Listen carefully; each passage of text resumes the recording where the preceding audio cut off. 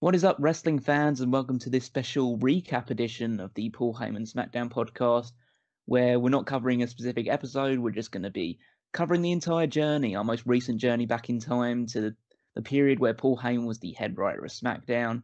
I am your host, as always, Callum Wiggins, and joining me, as per usual, Robert DeFelice. I can't believe we're now down two journeys in the DeLorean. And that also means we're down basically almost like a full year of doing these. And it was a great journey. I just can't believe it's over. I'm a little bit worried about that DeLorean as well, because Back to the Future 1 and 2 were great, and then Back to the Future 3 happened, so I'm a little bit So are we covering the about Western territory next? Don't give me ideas at this point.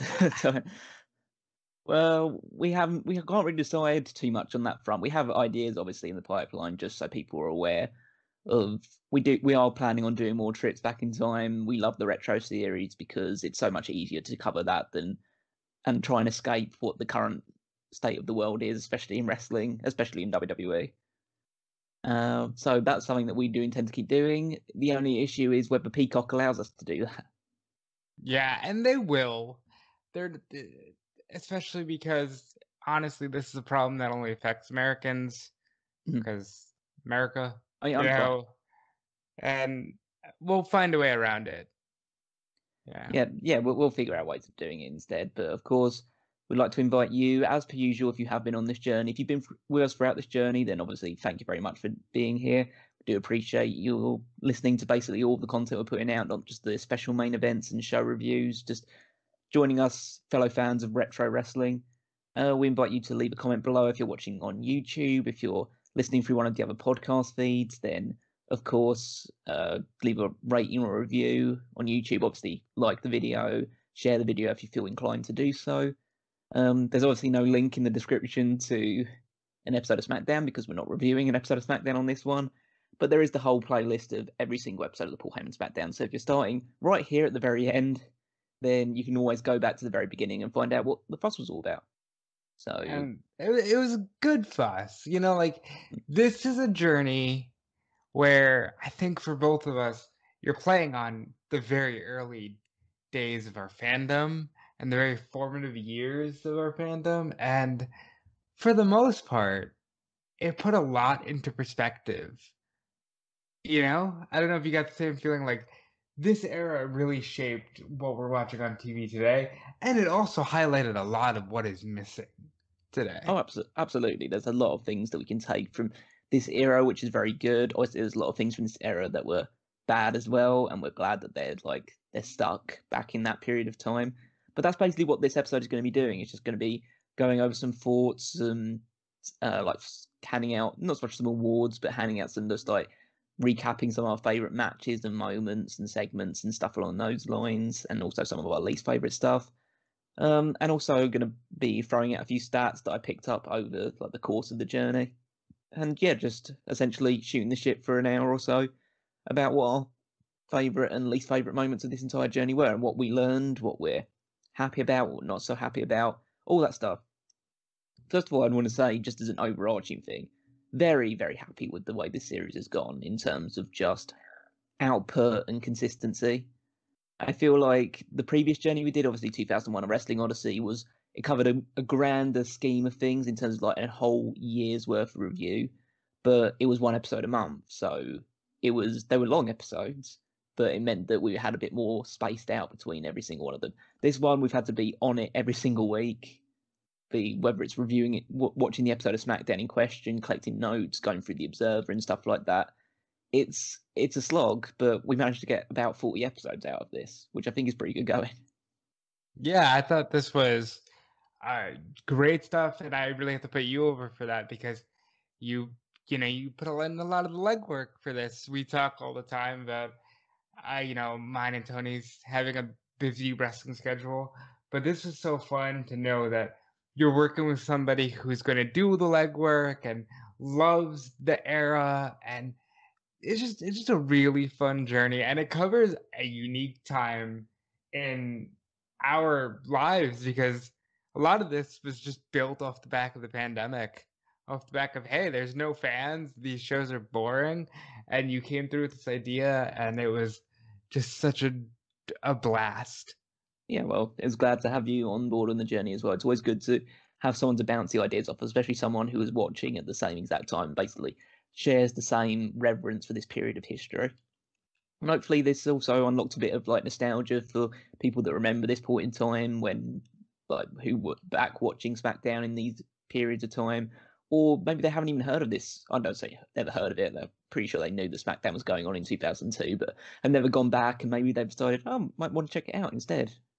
Because it is worth checking out on the whole. I think that's one of the general messages we can take out of this, is that this was fun to do. Yeah. And I think, above all else, when WWE is good, it's really good. Like, when everything is clicking, like when you see The Rock come back, or you see a great match like, the Vengeance Triple Threat. When they were clicking, there's nothing better.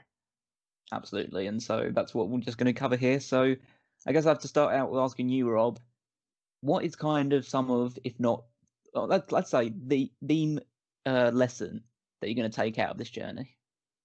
That Paul Heyman is great in putting the talent in right positions, but he can never get full control because, one, it's always going to dive into some issues with Vince and or Steph or whoever in power. And two, I think if left to his own devices, he gets very, too, pardon the pun, extreme too quickly. Like, we saw a lot of stuff in this journey with Dawn and Tori. We saw a lot of stuff when he was running Raw, quite frankly, with Lana and, Liv Morgan. He always likes throwing those wild things at the wall, but ultimately they end up adding less to the show and maybe even taking away from the positives. No, I can totally see that side of it. I think Heyman appeals to a very obvious demographic of people, which was basically what made ECW such a niche cult audience, like made it such a phenomenon in a very small sector of people. He appeals to, like, his booking appeals to the 18 to 35 male demographic, or maybe even younger than the male side, but it's definitely a male demographic that he appeals to.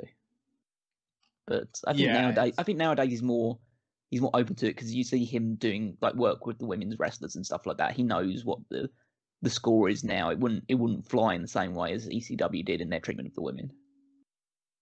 Right. And I mean, he knows that. I think even though we look back on that now and see that as sexism, he knows that getting women on TV in any capacity was empowering to a degree.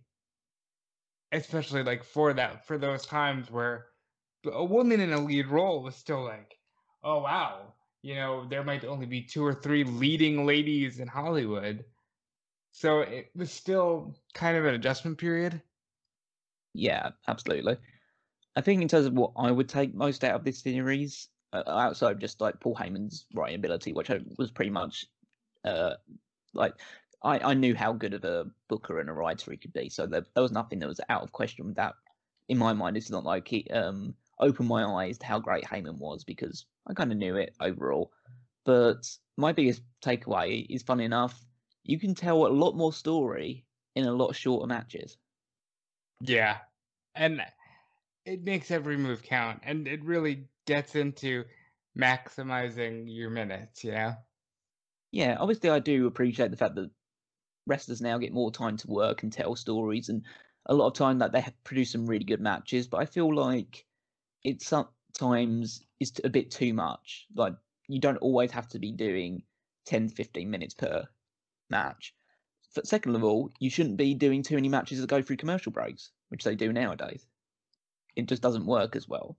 And then that's one Vince Russoism that I really do appreciate. He said, I never wanted to book a match to go through a commercial break, because it tells you that the action doesn't matter. Yeah, so pretty much, not comprehensively, but for the most part throughout this journey, there are about 4 or 5 matches per show that were somewhere in the remit between 2 minutes and 5 or 6 minutes. And then there was usually one match that would go about 10 to 15 minutes. That's kind of, that works. I think nowadays people would expect more matches to go towards that 10-minute level, but essentially there's so many commercial breaks that it means that you only really see 3 or 4 minutes either side anyway. So, what I don't like about the cards now that really stood out to me on this show, they were still building, man. Cards opened with the, like, they built to the crescendo rather than, and the first match is one of the matches that you paid the most money for, and now we're going to hit you with an hour of filler, and then we're going to give you another one. Like, I like when the card builds. Yeah, absolutely. I also appreciate the fact that there was mixing up of the formula. It's not your typical start the show with a 10 to 15-minute promo, which has become the absolute trend in WWE TV nowadays. It's, okay, well, sometimes we're going to kick off with a match, sometimes we're going to kick off with a segment, sometimes we're going to do something a little bit experimental, like these weird video packages with Stephanie McMahon in front of production monitors and stuff like that. And not all of them worked, but it was like a good variety of stuff. It wasn't cookie cutter formula. Right. And I think when you get into the cookie cutter formula, it's when wrestling starts to get bad. When it's too many writers and it's too many people who are just trying to contribute to the show and get their own segment on rather than just building towards the overall purpose of putting talent over, that's when it gets bad. Yeah, so there's obviously a lot more to cover. We obviously did a huge number of episodes in regard to this, but let's start with talking a little bit about the rating side of things, because it's something that we always talked about in the series so far. It comes as no surprise if you've been following week to week that SmackDown overall trounced Raw completely. Just going to check out here. So SmackDown won approximately, let me just check. So 37 weeks we covered. Raw won 8 of those weeks. There were 4 ties, and that means that SmackDown, just doing some basic maths there, won 25 of the weeks in the ratings of the 37. I mean, that's amazing. You know, and they deserve it. They won, what is that, directly a third of the weeks? Or 2/3 of the weeks? It'll be around, it's almost exactly 2/3, yeah. I mean, that's fantastic. And it's all due to the fact that SmackDown was presenting new and they were presenting fresh. You know, I mean, I love Monday Night Raw. I'm a Raw guy, and Triple H is one of my favorites. But when you really break it down and you look at Triple H versus Steiner and Van Dam, and it just wasn't the best output. No, there is a sign to be saying that SmackDown was the place to go to find either new wrestlers or wrestlers that had got a new lease of life attached to them. So you had the blend of people that had been there for a while. So Edge had been there for a while, and Eddie Guerrero had been there for a while, and Chris Benoit and Kurt Angle. They just felt like bigger deals on SmackDown. And then you blend that in with, obviously, you have like the real staples like the Undertaker and the Big Show in there. And Big Show gets a new lease of life coming over to SmackDown after being treated like a jobber on Raw for several months. But then you have new fresh faces turning up. We have John Cena. This is the formative months of John Cena we covered throughout this entire journey. You have Rey Mysterio coming in for the first time and him just lighting things up in the Cruiserweight division. Jamie Noble's a really pretty much fresh face in the WWE side of things, and he was given a lot of character development and treatment, at least very early on in the journey. You have Team Angle coming in towards the end, and they're as fresh face as you can possibly get in this side of things. And again, it's not always perfect. You had Bill DeMott as well. But it's like, but at least they were trying with new people, or they were doing something different with the old characters they had. Yeah, and I think that's something that, again, you can't say for nowadays. Nowadays, and I've harped on this a lot in recent weeks across the board, you don't just book things and go, well, that means it's working, that means they're over. You know what I mean? Like, for example, the WWE Tag Team Championship tournament. they didn't just go, okay, well, we're going to put these belts on Billy and Chuck, and it's great, and SmackDown has a tag division now, and that means it's over. They spent months taking literal world championship caliber competitors and putting them in this tournament to build these championships, make them mean something, before eventually, yes, you get to the point where they're just tag titles and, John Cena and B Squared are fighting for them, but they made them mean something in the autumn months. And that's something I don't think wrestling across the board does now. They're just like, hey, we're going to do this. And isn't that great because it's historic? Okay. I think there was still strategy here. And I think the strategy is gone now. I think that's a fair point to be made. Speaking of championships, let's have a look at the champions that we got to enjoy during this entire journey. So we had 5 WWE champions throughout this journey. The Undertaker was the first of these. He reigned from June the 27th all the way to Vengeance 2002. It was taken over by The Rock, who then reigned through to SummerSlam. Brock Lesnar then took it over for the longest period of time in the journey, 84 days. He was WWE champion. The Big Show then after was the one that defeated Brock Lesnar, ended his undefeated streak, and now we end the journey with Kurt Angle as the WWE champion. Now, I think 5 really big names. 5 huge names. How do you feel about shorter championship reigns, especially having looked back on this journey? I think there's something to be said. I'm not saying that you should have a blanket approach either way. I don't think every WWE champion should hold the title for a year or anything along those lines. Having said that, I feel like some of these reigns are too short, but I think some of that was circumstantial. The Undertaker had reigned quite a long time. I'd say like a long time. He'd reigned since Judgment Day, so his reign was almost like around about 100 days when he let it go. The Rock's one was very circumstantial. If you have The Rock for a little while, you're going to give him the WWE title, then he's going to leave. That's basically how it works. Brock Lesnar's one is surprisingly short, considering it was his first reign, and considering he only really feuded with 2 guys over the title. I think the point to that being, they were still in an era where Rock and Austin are the measuring stick, and they were never champion for a long time. Rock is a 7-time world champion, and I think 4 or 5 of those are within a year and a half. He's an 8-time world champion. Well, I think okay. I said 7. This was his 7th world title. Right?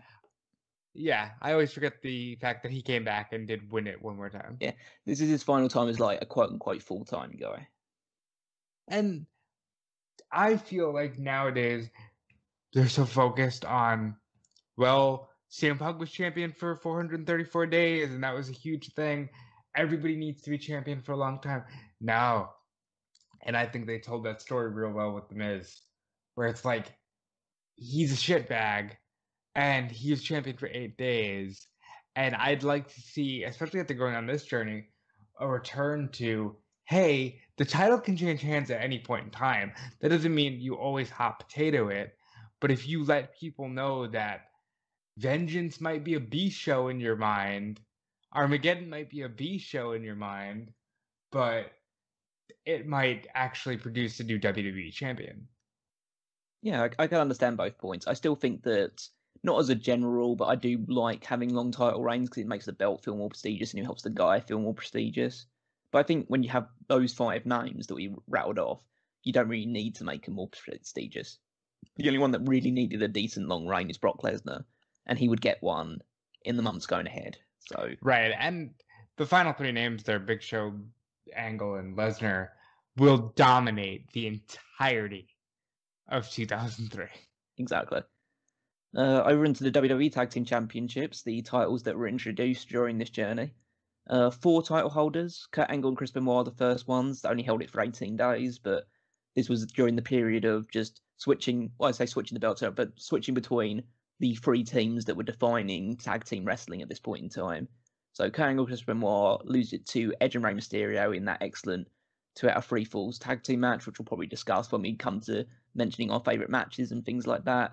Then they lost it to Los Guerreros at Survivor Series, who held it for the longest period of time before dropping it to Team Angle a couple of weeks before the end of our journey.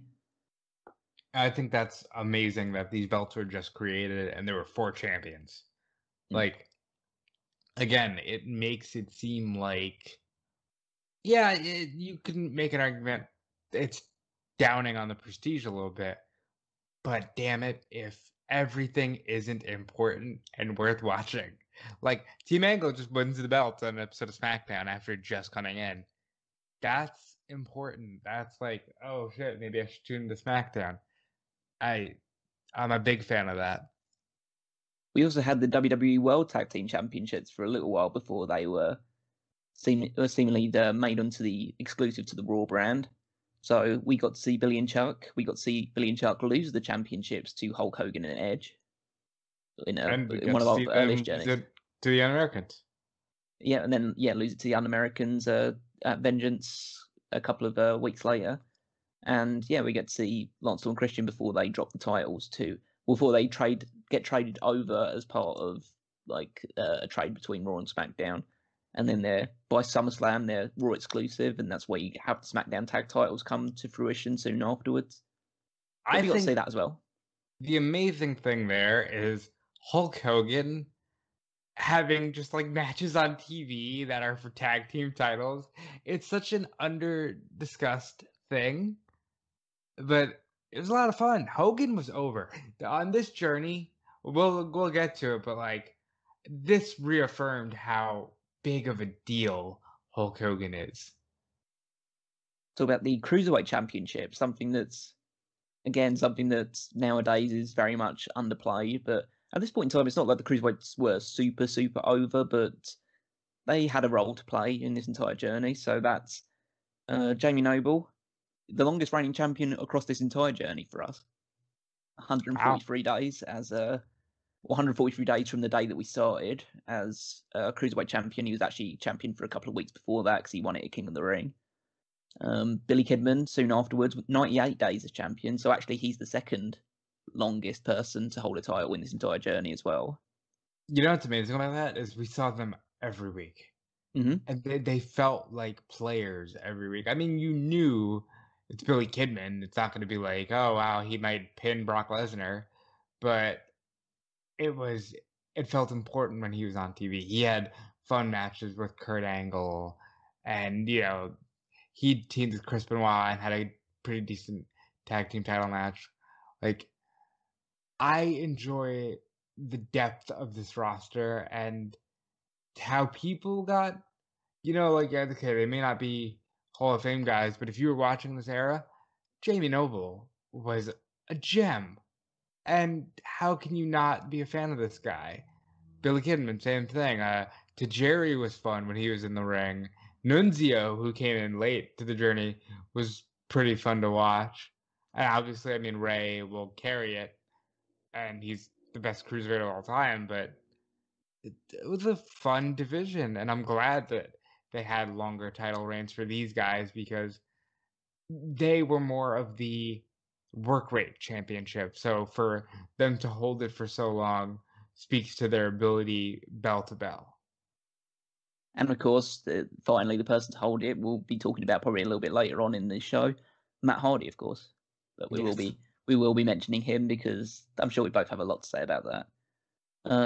Other two our championships also appeared only briefly, of course, on the SmackDown side of things. We had the Women's Championship for a short period. Molly Holly held it. She was the only woman to actually defend it on SmackDown or have it appear on SmackDown. She actually defended it twice on SmackDown. Against Nydia, right? Nydia and Tori Wilson were the two people that she defended it against. You know what? Molly Holly, 2021 WWE Hall of Famer. Yep. Hell yeah. She deserves it. She's so good, like I said, a saint among an industry of sinners. And I'm very happy to see her get her recognition. But one thing that we did not have on this journey, Callum, was a mid-card championship. And that is one of the standout flaws of this era was along the journey, they got rid of the IC title in October, and they wouldn't bring the US title in until July. Well, you do say that we did briefly have a mid-card championship because Chris Benoit was drafted over SmackDown as the Intercontinental champion.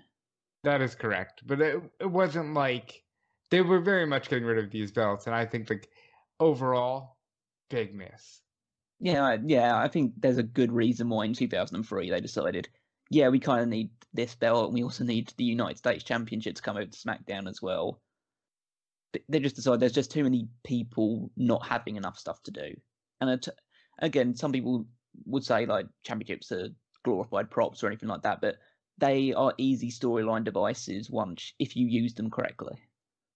And they're glorified props. Now I'll grant you, but we need those props.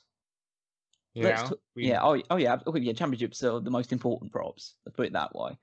But it's just a case of like, so if you use it incorrectly, it just becomes so obvious that they're props where you don't really want them to feel like that. You want them to feel special. So right. So let's talk about some match numbers, because we have some interesting things to discuss in that front. Mainly of which, like the people that appeared in matches the most.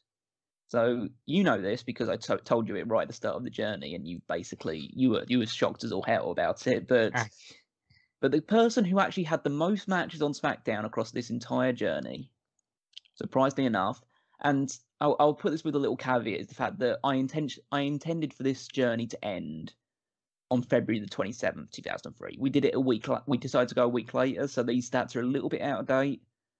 So there might be some inaccuracies in that regard, so bear with me on that front. But the top one we had, at least for the original duration of the journey, is Rikishi.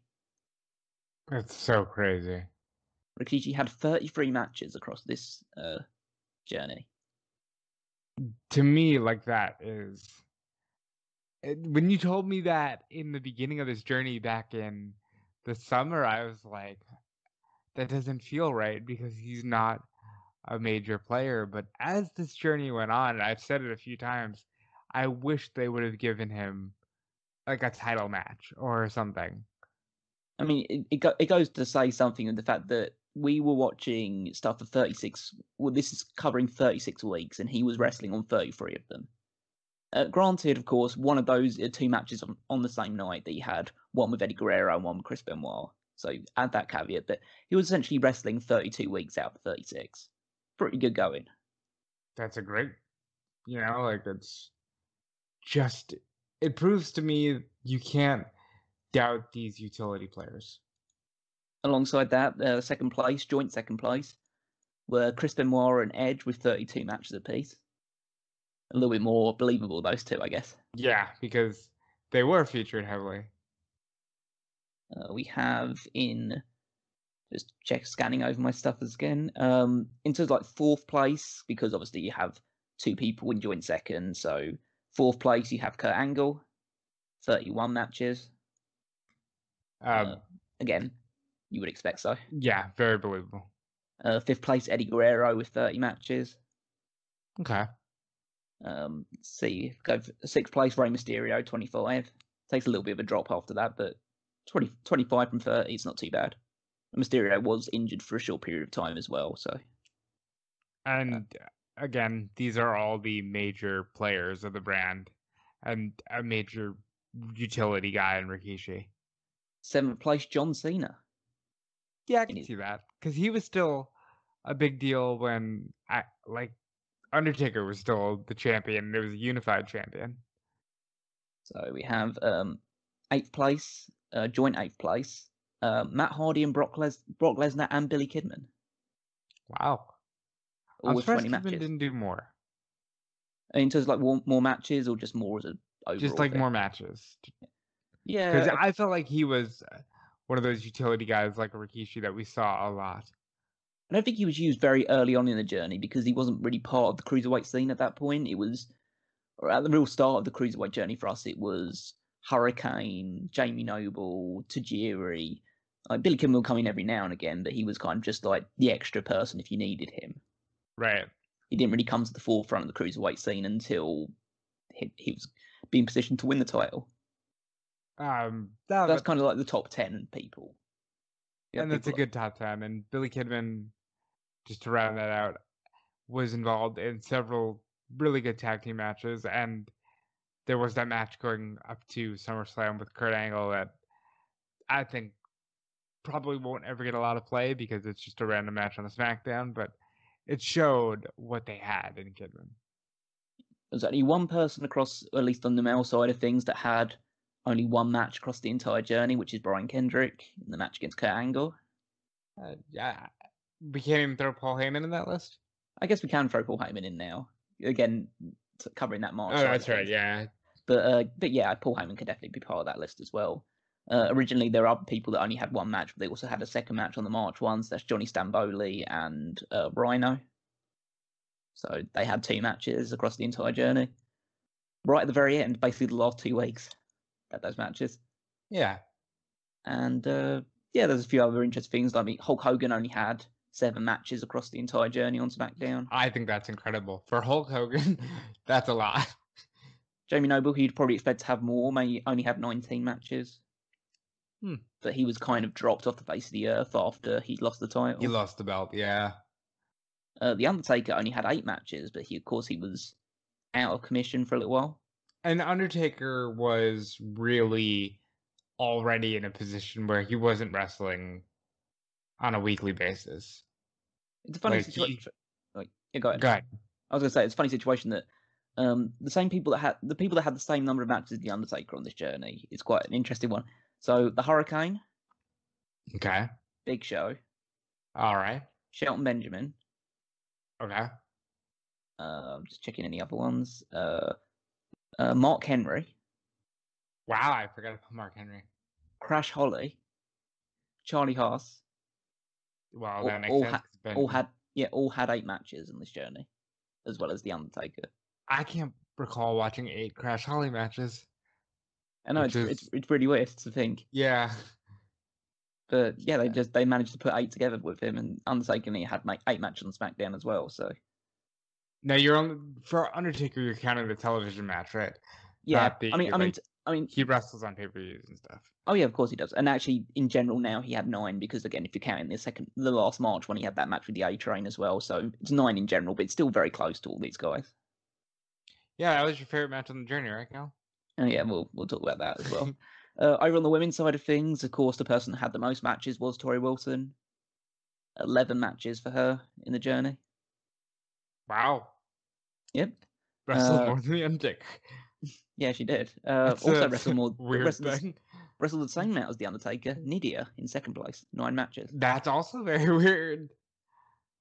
Third place, funny enough, is both Molly Holly and Dawn Marie. 2 matches each. That sounds like the opposite ends of the spectrum. Yeah, Dawn Marie only had 2 matches on SmackDown this entire journey. It's kind of odd considering how much TV time that she took up. But she had 1 match, I believe, in October after they did those initial bikini matches with Tori and stuff like that, and then she had that bra and panties Valentine's Day thing. Those were 2 matches. I love that we can count those matches. We can count the other ones, and then at the bottom, 2 women had only 1 match on the entire journey. That is Stacy Keibler against Tori Wilson, naturally, and Fabulous Moolah against the Big Show. That is awesome. I love that match just because it's so out there. You wouldn't believe it if you saw it. In terms of authority figures, obviously we had Stephanie McMahon as the general manager throughout the journey, and we had Vince McMahon popping up every now and again. I did not. This is a weird journey for Steph. Steph felt important and irrelevant. I guess it's better that she wasn't in everybody's face, except for Eric Bischoff when she was in the very beginning of the journey where she was always in Bischoff's face. But once they got rid of that, they had nothing for her almost. Yeah, I mean, we had on the manager side of things, Paul Heyman was the only real out-and-out manager, and obviously did that role, as well as he obviously wouldn't do anything pretty much. I thought this was a unique manager run for him because he was so much more animated as opposed to in later years where he would just kind of, Brock Lesnar's the undisputed reigning defending World Heavyweight Champion. Here he's all over the place. He's crying, he's screaming, he's bouncing around. It's a lot of fun. And on the commentary and announcer side of things, we got to see a variety of characters. Ernest the Cat Miller for a hot minute. That's so weird. Josh Matthews turning up at the very end to replace Mark Lloyd, everyone's favourite. Yeah, Mark. I was never so happy to see Josh Matthews in my life. We had Justin Roberts and both a couple of times as the announcer, along with Tony Chimmel.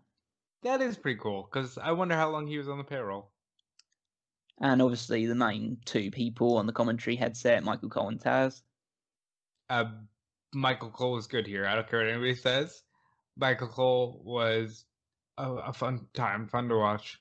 Yeah, much better in this commentary position. And Taz is Taz. And with Taz, it's really, you either love him or you hate him. And I kind of love him, really. Yeah, and here he hadn't gotten to the caricature point yet that he would eventually get. You know, like head scissors on the head and Yambag Yahtzee and let the pigeons loose. He hadn't gotten there yet. In terms of ancillary characters, there's only really 3, I think, that were of any real note that didn't actually wrestle any kind of matches or anything along those lines. You got people like Scott Steiner appeared for a hot second to tease that he was going to join SmackDown, but ended up not doing it. Right. You have Red Dog, who appeared for like 2 episodes as John Cena's new heavy and then disappeared entirely. Well, he had to go do the 3-minute white boy challenge.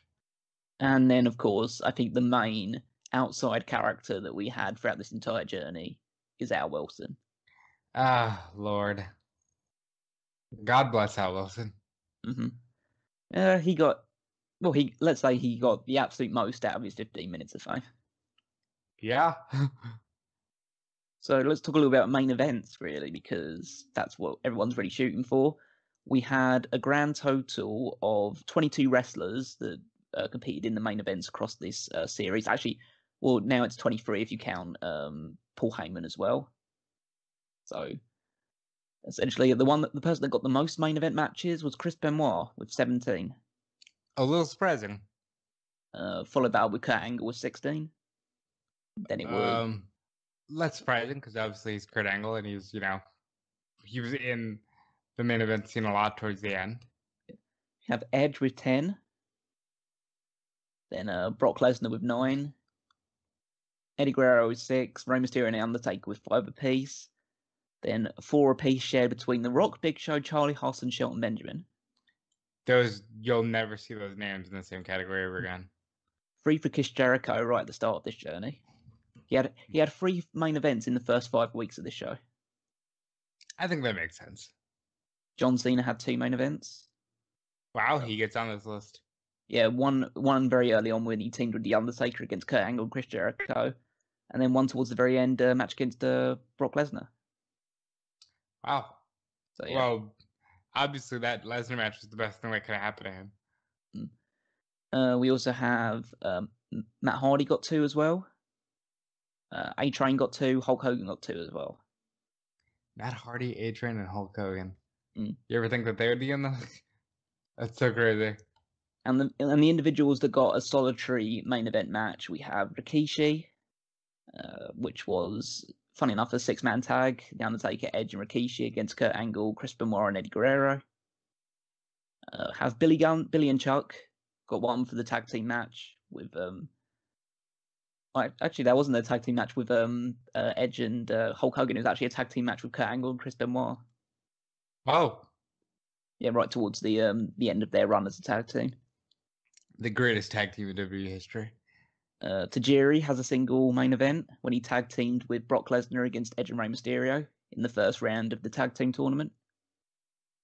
It's very weird to see how people fluctuate up and down this card, but I think they got the most out of their roster. And Chavo Guerrero has a solitary one as well, again, teaming with Los Guerreros. And then the other 2 are the odd ones out of Paul Heyman and the Fabulous Moolah. Yeah, I love Moolah being on this journey is such a fun footnote. So superstar win rates, there was like the little percentages side of things. There is 1 wrestler on the male side of things that got a 100% winning record. And that is Rhino. Okay, yeah, that's because he had the 2 matches. Yep, 2 wins out of 2.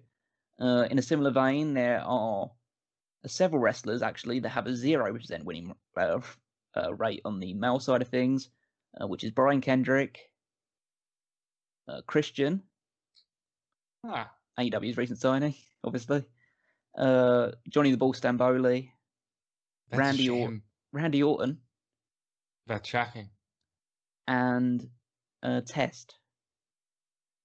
I think those are very strange, random statistics, but I like the idea that poor Brian Kendrick comes in. He had that great 5-minute match with Kurt Angle, and he came up short, but he had one of the last sleeper matches on the journey.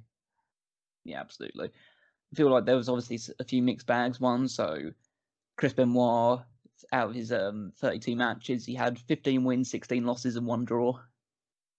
Or no contest. I can't remember which way it was around, but essentially one match didn't have a decisive finish. Kurt Angle. Remember what match that was? No, I can't. I think it was something that was involving Kurt Angle or something. I can't imagine it had to involve Kurt Angle because most of his matches did involve Kurt Angle. Funny enough, Kurt Angle himself, only a 35% winning rate. 31 matches, 11 wins, 18 losses. Two either no contest or something of that effect. Did he not? Kurt Angle didn't have the draw in his record? He did have that one. Yeah, but he had two. He had another one as well, which I don't know where it came from. The only people that I see had like either an other. I think it was the Undertaker match. Yeah, that could have been. Yeah, it was a draw. Yeah, so I assume that one counted as well. Yeah, Undertaker has one here as well, so yeah, I assume it was that one. I don't know. I assume his other one involved Chris Benoit, but I can't say what that match was. It must have, just because they were so linked together. You have like, a few other bits and pieces. You have The Rock had 80%. Bill DeMott had an 89% winning rate. Brock Lesnar had 90%. 18 wins out of his 21 loss. Actually, well, it's higher than that because it's at the extra one. I still have to remember at the extra one. So 21 matches, 19 wins, 1 loss, and 1 either draw, no contest, something of that effect. But I can't remember what his loss was, actually. I assume it was a DQ or something. Because I don't recall him ever getting... He definitely wasn't pinned on SmackDown or made to submit, so it must have just been some random DQ. I know the match there was no contest. It was the one with Rey Mysterio in Halloween, which got called out by the Big Show. That actually might be the one he lost because Big Show attacks Rey Mysterio first. I can't recall, but I would think it had to be. On the women's side of things, Tori Wilson obviously had the most matches, but she also had a losing record. 5 wins, 6 losses. Not bad. Pretty down the middle. Yeah. Stacey Keibler and Molly Holly had an 100% win rate. Obviously, Molly Holly defended the women's titles successfully twice. Stacey Keibler won the bra and panties matches that she had with Tori Wilson. Nydia 33%, Dawn Marie 50%, Fabulous Moolah 0%. Poor Moolah. Did Moolah really count though? I mean, it was a no contest match with the Big Show. Yeah. So she didn't lose. She doesn't lose. She has a 0% losing reference rate as well. So didn't win, didn't lose. And that's kind of it from the stats side of things. Obviously, there's a lot of things that we cover in terms of like there were plenty of obviously SmackDown matches that took place at the different pay-per-views events, and we've covered the rating side of things. SmackDown's highest rating during this entire journey, I believe, was a 4.25 that they scored for the 24th of October.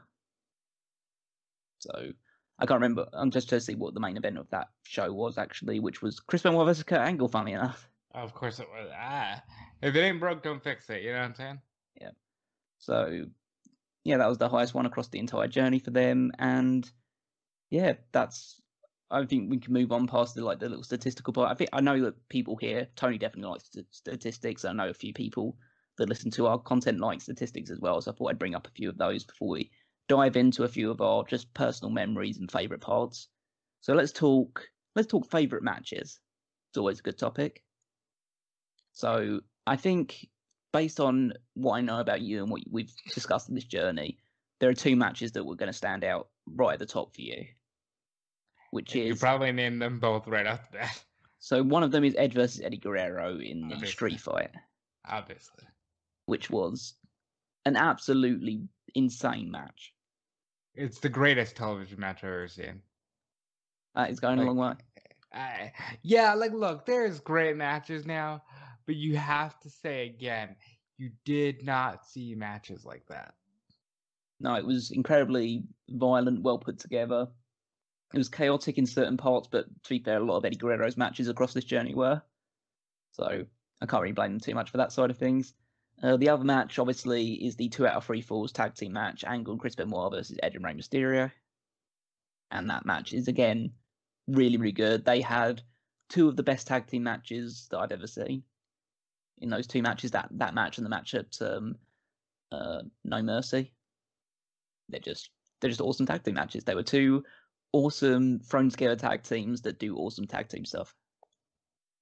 I would say that the SmackDown match is easily the second best match I've ever seen on television. These matches were so good. They were so good. They were so much fun. You can feel like the desire to improve and get better. So good.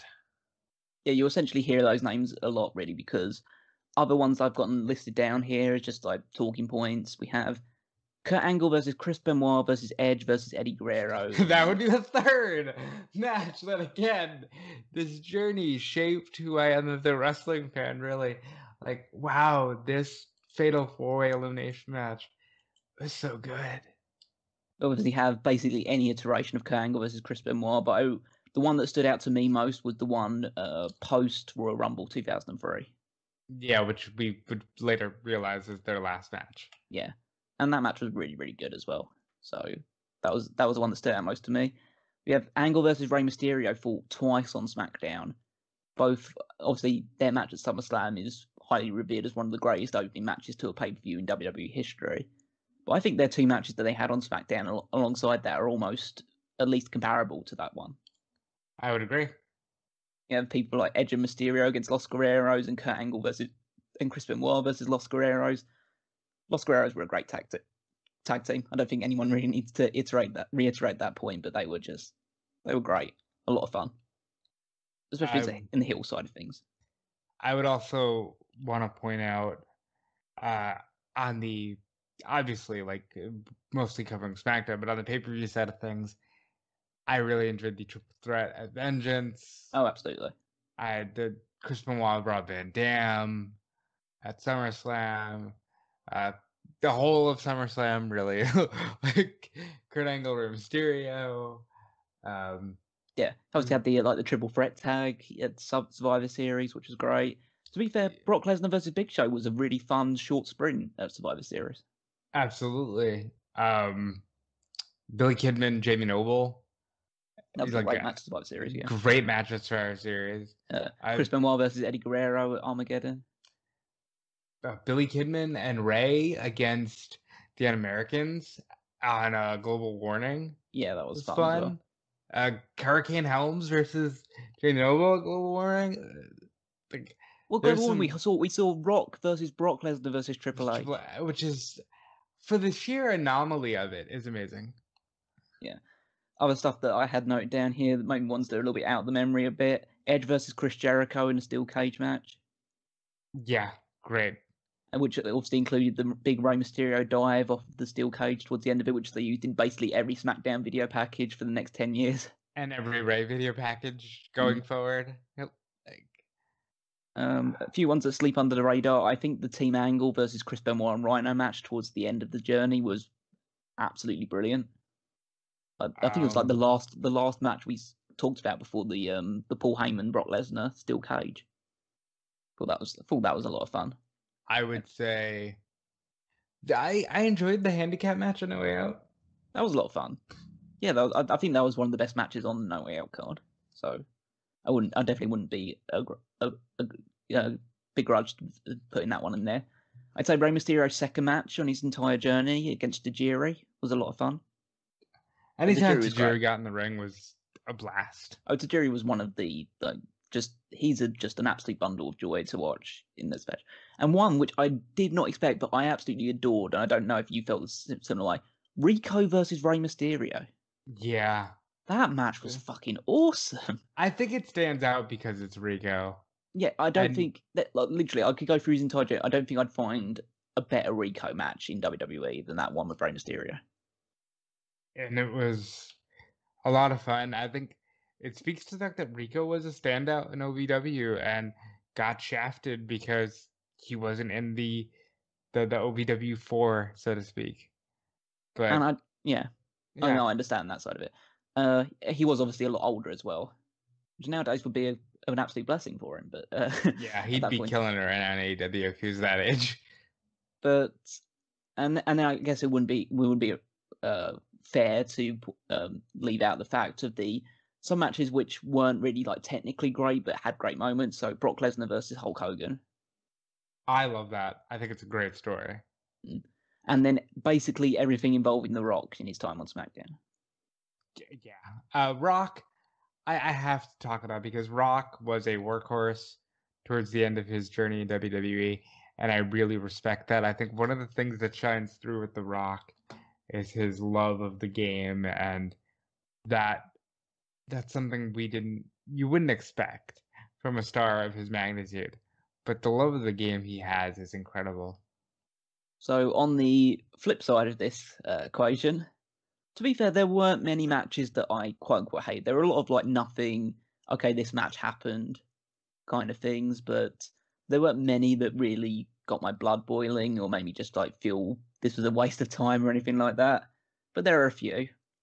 One of which is obviously pretty obvious in terms of the very last episode of our journey, Undertaker versus A-Train. Oh yeah, it just wasn't good. I will add, it's not a SmackDown match, but it was a lot worse than I could have ever recalled, and that was Triple H versus Kane at No Mercy. Yeah, and obviously if we're adding those sort of things as well, both Triple H versus Scott Steiner matches from Royal Rumble and No Way Out 2003. Yeah, and I think it was you who really pointed out how Triple H and Shawn Michaels at Armageddon does not hold. No. Like, it is unfortunate. I mean, when you're watching it in the moment, especially at the ages that we would have been watching it, it's a lot of fun and there's a lot of violence, stuff like that. As an actual, just going back and watching it as a match, it's just a match where a load of shit happens and there's no story. But it's just weird because of his, like, when you look at those two guys, you wouldn't think that they would have that kind of a match. no. And looking back on it, they really had like a kind of an indie level match. Other stuff that kind of caught my eye, we had John Cena versus Test early on in the thing, and we kind of commented it quite a few times that John Cena was pretty ropey in his first few months in WWE. He obviously had the great match. I would say great match, but the fun exhibition earlier thing with Kurt Angle, but after that, it kind of went a bit downhill for him. Right. He just wasn't ready. Not from an in-ring standpoint. I guess he was ready in the sense that he was charismatic enough, or he had that presence enough about him that he'd be able to carry himself, but he just wasn't polished.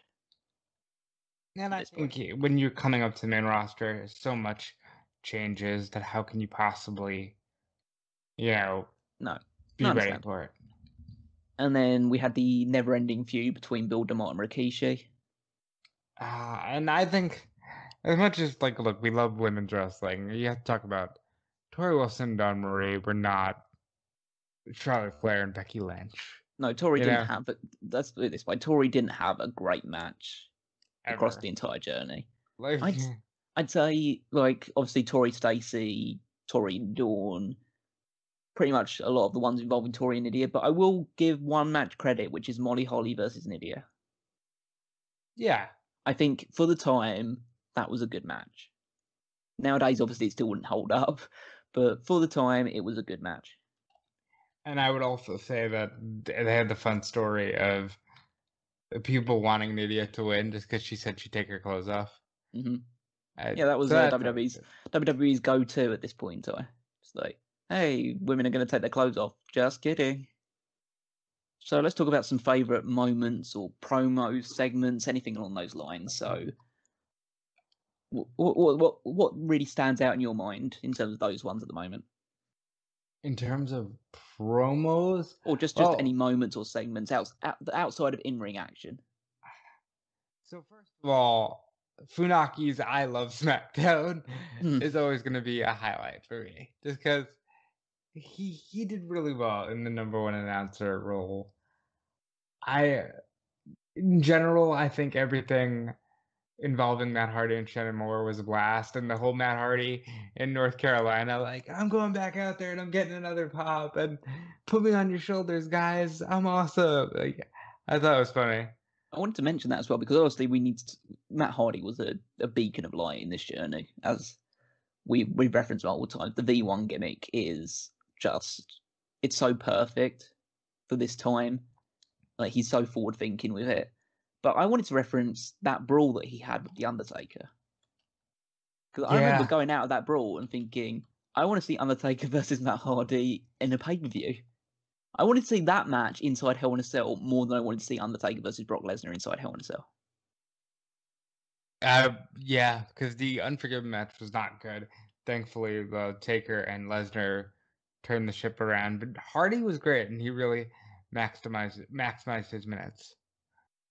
So other stuff, obviously the Angle Cena stuff that we discussed earlier, it's a legendary moment. That's the reason why we started the journey when we started it. It's because that's Cena's coming out party. Yeah, and it's everything with Undertaker shaking his hand. It just felt like a major moment. We obviously mentioned Rey Mysterio diving off the cage. I think a lot of good promo segments involved Kurt Angle belittling Rey Mysterio. Yeah, because Kurt Angle's great. Kurt Angle not being so tone deaf to himself is just one of the better things on this journey. Because he does play a dork very well. Oh yeah, he does, definitely. I love the few of the promo segments that he would do where he would be saying something at the end of the promo which sounded very suggestive or something like that, and he would have to he's gonna ride that small kid or something along those lines, and he says no, not gonna do that. That's very good. Other stuff, a lot of stuff that was involving. Oh, actually, we'll talk about that in a little bit when we talk about rivalries and stuff like that. That, as they mentioned, Brock decimating Hulk Hogan and smearing the blood across his chest. That's an iconic shot. One of my favorites. One that's a little bit recency biased, but Brian Kendrick streaking. Oh my god! And the match with Kurt Angle as well. That's a great match. Brian Kendrick was a lot of fun on this journey. Yeah, it's a shame that we don't get to see it going forward. But to be fair, it doesn't really get much better when he's Spanky and actually signs to the roster. Yeah, that's fair. John Cena's promos when he actually got beaten up by Brock Lesnar, and then after that point, I mean, to be fair, he was doing well prior to that with whether it was with B Squared or Red Dog, just cutting promos to the ring. But when he got more intense after being taken out by Brock Lesnar, that's when you really started to see this guy as a potential main event caliber star in the future. I think John Cena is a tremendous example of you don't write people off right away. And I think as a general thing, apart from one thing that we'll talk about on the flip side of this, the SmackDown Halloween party. Yeah. That's going to be one of the best in terms of just fun, one of the worst in terms of how that ends. No, well that's what we're going to reference side of thing, because in least favourite side of things, the Stephanie McMahon, Eric Bischoff making out session. Yeah. It's just, and that more so, that being the end of their rivalry. Yeah, it just doesn't go anywhere. It's not so much that the moment happens. I mean, the moment happening is just weird, just overall. But it's just... Specifically because Bischoff is dressed as Vince. Yeah, obviously. But it's just a case that it just doesn't go anywhere beyond that point. Stephanie... A lot of these ones are going to mention Stephanie in some form or fashion, but there are reasons for it. The Stephanie McMahon production room segments. Yeah, you mean the ones with the camera cuts? Yeah, and stuff like that, where the camera cuts and she repeats the same thing multiple times because of that as well. It was just weird. I appreciate them trying something new, but it just came across really odd. It really wasn't great. 2 weddings on this journey: the Billy and Chuck commitment ceremony and the Al Wilson and Dawn Marie wedding. All right, look, Billy and Chuck, say what you will. Yes, I didn't like the fact that it was like, oh, we're not gay, big pop. But outside of that, the Billy and Chuck commitment ceremony is tremendous. And the fact that they cut off the people singing It's Raining Men off the network is a shame. What about the Dawn Marie Al Wilson one? Obviously, we'll talk a little bit more about that. A dumpster fire. Awful. Yeah, we'll talk about that in a little while afterwards. But Scott Steiner attempts to sexually assault Stephanie McMahon. Less than that, I'm going to be honest. Worse than that is Stephanie McMahon saying, if you sign, you can fuck me. And then being like, nope, I actually didn't sign because we didn't. And all of it was bad. I think we have to reference this just because of the years that have gone by, but quite a few Chris Benoit promo segments in 2021. Yeah, there's a reason they were cut off. Yeah. But there's still some that survive that still don't sound very good. Oh, like where was it? He said he wanted to make The Rock fucking squeal and scream. It was like, oh god. Yeah, there's certain ones that just don't live on very well. To be fair, there was a good segment in terms of the little Eddie Guerrero, Chavo, Kurt Angle, Chris Benoit beating each other up backstage and things like that. Those were fun. But then there's one other person who, again, I'll bring up time and again in this side of things, and it's a very specific gimmick that we don't appreciate, and that's the Undertaker at this point in time. Oh, he was awful.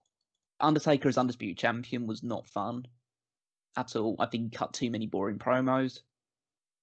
And although I'll take the month of him as champion over him not being champion and waiting around in the parking lot for people. You know, like yes, Undertaker waiting in the parking lot. We had the Undertaker getting boxes from the Big Show for a few weeks. So that was the way to prolong it because the Big Show couldn't appear because of his back injury. But then I think it's topped overall by Undertaker and Tracy. Oh, that was... it's a miracle that they were able to just kind of gloss past that in terms of his overall career. It's a miracle because that like kills the Undertaker. Yeah, it was a really bad overall idea, and like you're already going to be putting Undertaker and Brock Lesnar inside Hell in a Cell. Why do you need to involve just some random woman that apparently slept with the Undertaker at some point? And that's where I was getting at in the beginning with, listen, Paul Heyman left to his own devices for too long. Sucks. He can get in that sort of direction. I think it's just, again, it boils down to the idea of making Undertaker human. Yeah. Just doesn't work. He's better as a mythical, destructive device. It's not. And I think, ironically, I think in recent months people have found that maybe they don't want to see Undertaker be superhuman. No. You know, or like they like the mythical character. They don't necessarily want to know about Mark Calaway the Man. Let's talk about like favorite rivalries or storylines. Start off with the SmackDown 6. It's always a good place to start. The best thing about this journey, and I think inspired this generation of wrestlers. Yeah, it's definitely one of the pivotal points in that. That's Kurt Angle, Chris Benoit, Edge, Rey Mysterio, Eddie and Chavo Guerrero. They were putting on banger matches against each other in one iteration or another for a solid 3 to 4 months of this journey. And obviously the main rivalry that was embedded within all of that is Kurt Angle versus Chris Benoit. So, you know, I think all of that was good. I do wish that this version of Edge got a little bit more play, because obviously he gets injured and doesn't do anything. By the time he comes back, it's really like a year-long wait for him to turn. It is one of those big ifs in wrestling, is that what would happen to Edge if he had never gotten injured at that point? I think his entire career would have been different. Oh yeah, absolutely. I think as well. I think he would have. It's weird to say because I don't know whether he'd ever end up in that situation with Lita if he didn't. I don't think he would have. No, because Lita was out of commission. They were both out of commission at the same time. That's how they kind of got together in that regards. And Edge would have still been on the road constantly, so he wouldn't have had the need to turn heel because people wouldn't have turned as badly against him.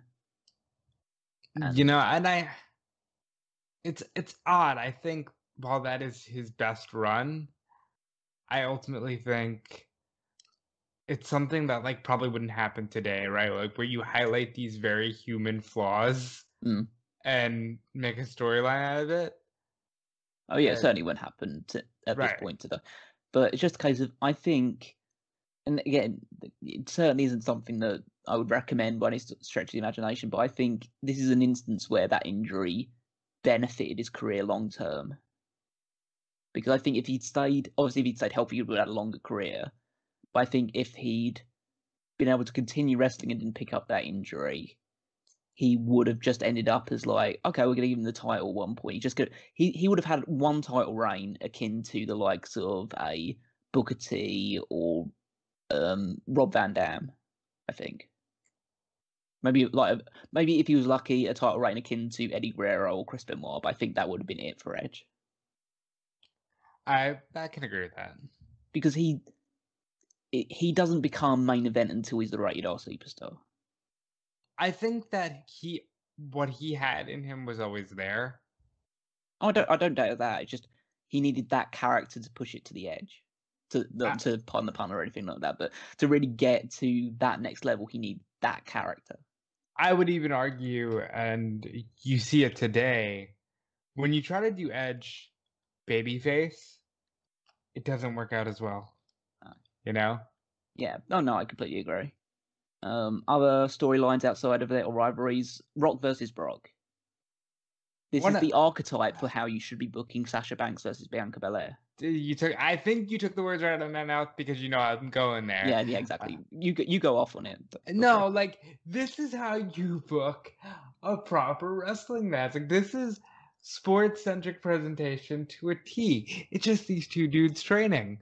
Like the images of Rock running up the stairs and Lesnar in the ice bath are just like it burned into my brain because it was such an impactful debut, or not debut, but like a vignette. Like that's how you market these people. Yes, that is the archetype that you should be doing with Banks and Belair, and I hope they get there.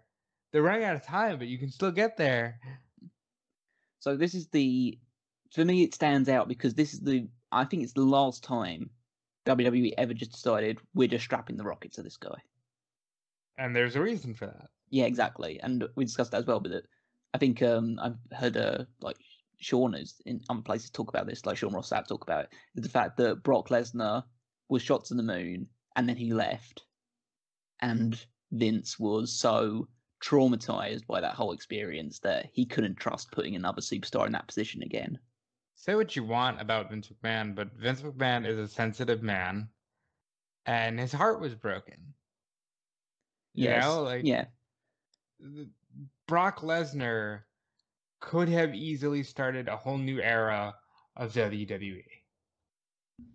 Yeah, Brock Lesnar, like when you think about that, Brock Lesnar, had he stayed, could have started this whole era of like really athletic sports-centered presentation. Yeah, like he could have been that guy. What the UFC ends up becoming, WWE might have been able to get some of that ground had Brock Lesnar stuck around.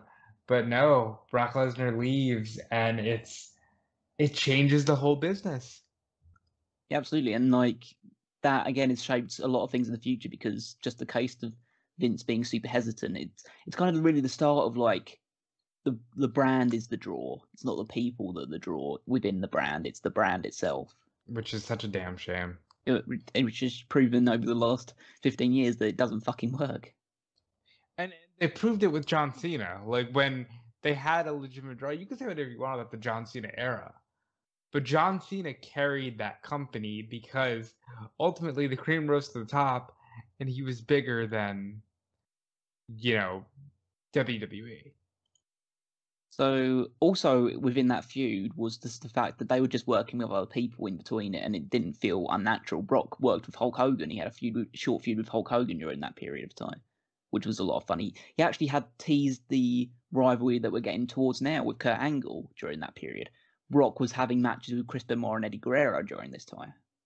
Yeah, because they did the number one contendership perfectly coming out of the Royal Rumble, where it's like, coming out of not the Royal Rumble, sorry, coming out of the King of the Ring, where it's like, he's going to face the champion, whether that's Undertaker, Kurt Angle, The Rock, doesn't matter. Like, he's going to face the world champion. And then Hogan got right in there and said, maybe I want to fight The Rock, you know? And it all worked. It didn't feel disjointed in any way. So other stuff, Brock Lesnar versus Team Angle in general, and Brock Lesnar versus The Big Show. You can kind of incorporate all of those together, really. Brock Lesnar had rivalries with pretty much everybody, on like every big star. So it went from The Rock to The Undertaker, which was a bit of a hodgepodge of a feud. I don't think it was one of the worst, but it definitely wasn't one of the best either. Then Big Show, which was fun, and then it transitions immediately onto Team Angle. But really, the overarching one is Brock Lesnar versus Paul Heyman. Yeah, and I've said that like this was good, but I think like we've all learned Paul and Brock are better as a unit. Yeah, they broke them up too soon. It should have been realistically Brock Lesnar should have ended WrestleMania 19 as the champion. He shouldn't have be going in as the baby face into that match. I think in another world you do Brock Lesnar Stone Cold at WrestleMania, and it works out better that way. Oh yeah, you could definitely could have gone with that approach as well. I think Undertaker versus Matt Hardy and just the overall storyline of Mattitude is one of the best. Oh yeah, one of the favorite ones of this entire journey as well. Any other ones that stand out in your mind? In a positive light, at the very least. In terms of like from just a character perspective, I would say Jamie Noble and Nydia were highlights that should not have been as big of a highlight as they were, but it just works. And yeah, I didn't reference this before, but I love that segment of them getting the double wide trailer. The running water. It's just the idea of like that thing that just it blew my mind in such a positive way. Just like these are people that have won a title belt and it's changed their lives for the better. It's like that's what it's supposed to do. Because again, I think we're too far embraced in the era of, oh well, you know, the belt is a prop and it's cool because it's a company putting it on your back, but it's also cool because hey, you make more money now. Like, it's awesome. Let's talk about some things on the lower end of this scale as well. I think obviously the magnum opus of shitty storytelling and shitty just overall storylines for this entire period of time, Tori Wilson, Dawn Marie, and Al Wilson. Okay, on the one hand, you got to be objective here, right? These are people that have to feed their families and they have to eat, and like it's also like you're employed, so you should use them. But you couldn't find anything else to do. Let's put this objective as well. This did draw ratings. We can't deny that side of things. This did work. It's just looking back on it. It's like it's incredibly seedy and it's incredibly not funny. And the whole punchline of the entire storyline is that a guy died having sex with a woman.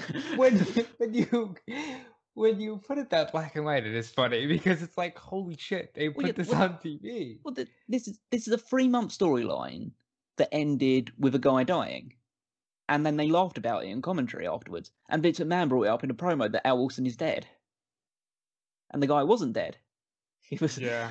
He would live for another 18 years, pretty much. Just how weird all that stuff is. The Dawn Marie, like there were so many issues just from a basic storyline perspective. Like Dawn Marie wasn't a heel in this storyline. She showed no signs of that she was bullying or victimizing or taking advantage of Al Wilson during this. Yeah, very not until strange. Like maybe a little bit towards the end, but not significantly. Tori was very petulant and angry, but we're supposed to think that she was in the right, being a babyface about this. Just the whole pseudo. I don't want to use the 4-letter R word, but just like the whole creepiness of Dawn Marie soliciting sex out of Tori.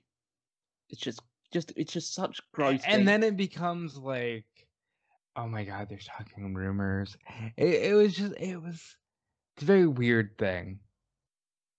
Yeah, it's incredibly seedy, all based on It's the very idea of like, again, this whole this Al quote unquote Wilson HLA saying era, this quote unquote HLA era of WWE. Al Wilson saying I'll kill myself if you don't marry me, and the Taz and announcers Cole, basically yeah. like, yeah, like what is this? You'd imagine like if that had happened in like 2014 or whatever, the giant yes chant would start going across the audience and stuff Yeah, like that. which is really strange and disturbing. Let's talk Stephanie McMahon versus Eric Bischoff.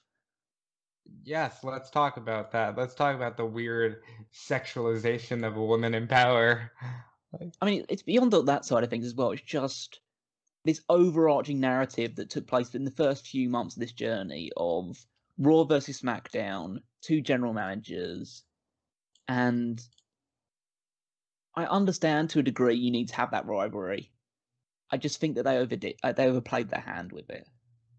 Yeah, I'll grant you, but it's The end of it is creepy as all fuck, and we've already mentioned that side of things. So I don't think we need to delve into it too much more deeply, but overall, I just think I don't mind the brand versus brand thing. I mind that it was like, oh, the verbiage was constantly like, look at her. Yeah, she's a uptight woman. She just needs, like it. They kept going back there, and like I don't get why. I get why, but I don't get like how you couldn't do anything else. And then to build it around a lackluster tag team match at Unforgiven and a shitty, weird makeout session. Like, that's the best you could do? I guess so at that point in time. I guess so indeed. We've already mentioned Rikishi versus Bill DeMott. It was just there. It wasn't like egregiously offensive, but to be fair, this journey on the whole was so good that one stood out. I would say Bill DeMott as a whole was a miss. Not as much of a miss as Mark Lloyd. Okay, Mark Lloyd was bad, but Bill DeMott was just never destined for wrestling stardom. I think we also need to reference that the point in time where things kind of changed and you could start to see, I don't want to say Vince's influenced, because obviously I don't know, I wasn't there backstage, but you kind of feel at that point in time when they start pushing the A train as like this new big person coming in and doing that stuff. Bill DeMott fits into that category. You have to say going forward, Nathan Jones is about to fit in that category as well. Just we need bigger people, essentially, is the message going forward. You mean to tell me that they weren't satisfied with Guerrero and Mysterio? That's the thing. Is everybody loves Guerrero and Benoit? Well, not loves Benoit, but you know what I mean, in the ring. At that point in time, yes. And it's like everybody loves that, but they spent forever trying to get away from that. They just did. They spent forever trying to get away from, well, Rey Mysterio is too small and is really the best we can do. You know, that it's almost laughable when they try to put him over as like, oh, he's so great. Answer me this, honestly. If Eddie Guerrero doesn't die, does Rey Mysterio become world champion? No. Then there you go. It's literally all down to I that. can't say It's that. a shame. He definitely doesn't become. Maybe they give him like they gave him the WWE title in that like kind of ceremonial way. Maybe they do that, but I don't think he becomes a legitimate quote unquote world champion. I don't think he becomes nearly as big of a deal. I mean, it's obvious he doesn't become world champion in that regard because they gave him the world title and then he lost every single week pretty much until he dropped the title. He lost to fucking Finlay as world champion. That's how. It's a shame though because they try to say that he is this great guy, and he is a legend, but it's just not. It's not what it could be, and I think it's because they try to get away from a lot of this stuff. I mean, even if you look at now with Daniel Bryan has said the whole yes/no thing was literally WWE trying to get fans to stop saying yes because they were pissed off that Daniel Bryan got over. It's like, if you don't get over the way they want you to get over, it's not going to happen. And I think this journey is indicative of that in some ways. Because even like Heyman, look, if you're not going to play in our house, we're just going to throw you out. Absolutely, yeah. I think one other storyline that I wanted to bring up on a negative side of things, a blast from the past, Batista and Reverend Devon. Awful. The whole Reverend Devon thing is just such a miss in WWE's history. Who decided to put a box around Dave Batista's neck, which by the way is massive, and go, okay, that's what we're doing. Like, that could have been so much worse if they didn't, thankfully at this time, still give people chances. Yeah, there was that on-running thing for a little while. It was Batista and Devon against Randy Orton and whoever he could And find as his insert tag team partner. Yeah. Like, again, thank God they give people second chances back then, because that could have ended horribly. So, breezing past that point, let's talk a bit about overachievers and underachievers, like people that stood out to us in a positive way and a negative way, or underachievers, yeah, in a negative way, in terms of what we would anticipate from them in terms of the journey. So, I think we're talking overachievers. I think the standout name is Matt Hardy. Yeah, he absolutely took the ball and ran with it. But I'm going to go a step further. I think Jamie Noble's an overachiever. Oh, yeah, absolutely. I think, quite frankly, Rey is an overachiever. I think, quite frankly, even though he was given all the tools, Brock Lesnar, we've seen people been given that push before, and it don't work. Brock Lesnar exceeded expectations. Oh, yeah, he was excellent in the roles. He felt like, okay, this is the biggest star that we're going to have for a long time coming. So he definitely took that role. I'd say Tajiri exceeded expectations in terms of just being. I mean, we knew how good he was in the ring, but it's just when you watch his match, I can't look away from watching his matches. Right. It's just he's just that. I don't think I appreciated at the time, and that's probably part of this overachieving. I don't think I appreciated at the time how good Tajiri was. I would also say, in terms of overachieving, you got to give it to the Guerreros. Whereas I think Chavo's work in this period is highly undervalued. I think Chavo was great during this run. I don't think he actually, in terms of Guerrero's overall brilliant. It's just that Eddie, I spotted things as being like a bit erratic almost in some of his matches, where Chavo is just solid throughout. I'd agree with that, and sometimes I'm a little harder on Chavo myself. I'm trying to think of like any other ones that kind of like stood out in a positive light. I mean, for the most part, people did a lot of good things, but obviously you expect Kurt Angle to be great. You expect Chris Benoit to do great things, and Edge at this point in time, you'd expect him to do really well. I guess you could argue that based in the context of the time, the Big Show was an overachiever. Yeah, because They managed to rescue the Big Show. They very much played into the fact that he was falling apart on the Raw brand. So yeah. To underachievers, let's start with the Undertaker. Yes. He's one of the, again, we've mentioned it multiple times, he's one of the biggest legends in WWE's history, maybe the biggest legend in WWE history in terms of just longevity and everything like that. But his run as Dead Man Inc., Biker Taker, whatever you want to call it, is just so underwhelming. And it's just disappointing overall. Like, he doesn't feel like a highlight of these shows. He's very much a low point. Billy and Chuck. I don't know whether they fit in this category or not. I think it's open for discussion at least. I think Billy, Chuck, and Rico are open in discussion for this one. I think the gimmick is fun. Like, it was a lot of fun for the time. Yeah, I think where they drop off is when suddenly they just say they're not gay, and then they're just like, and we're gonna host a bikini contest to show you how not gay we are. It's like, okay, like. I would say something then maybe for, at least on the Chuck side of things, the full-blooded Italians. Oh, for absolutely. They came in and did nothing. Yeah, and it kind of mirrors Nunzio's debut pretty much, because his first match on SmackDown, he lost to Bill DeMott and Crash Holly. It's like they just didn't know what to do with these guys when they came straight in. I would say A-Train fits in this category because they gave him a big push out of the gate, and then he just became one of the guys again. Yeah, what a surprise. Bill DeMott, obviously. Phil DeMott, yeah, fits it that way. Devon and Batista. I'd say obviously less Batista, more Reverend Devon.